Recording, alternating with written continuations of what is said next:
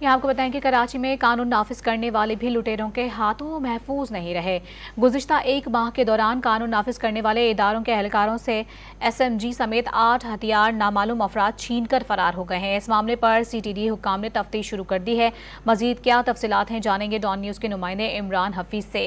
इमरान हफीज बताएगा, इस हवाले से आपके पास क्या तफसीलात हैं? देखिए, शहर के अंदर एक माह से जो है वो एक लहर दौड़ी है, जिसके अंदर जो है वो पुलिस एहलकारों से सरकारी असला जो है वो उनसे छीना जा रहा है। अब तक जो है वो एक SMG समेत जो है वो 8 हथियार पुलिस से जो है वो छीन लिए गए हैं।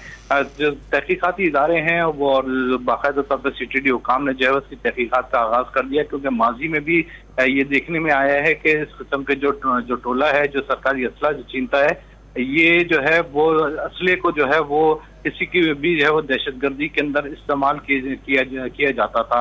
इस हवाले से बाकायदा तौर पर जो है जो इंटेलिजेंस नेटवर्क बढ़ा दिया गया ताकि इस गिरोह का सुराग लगाया जा सके। जी इमरान हफीज, आप तफसीलात से आगाह कर रहे थे, बहुत शुक्रिया आपका।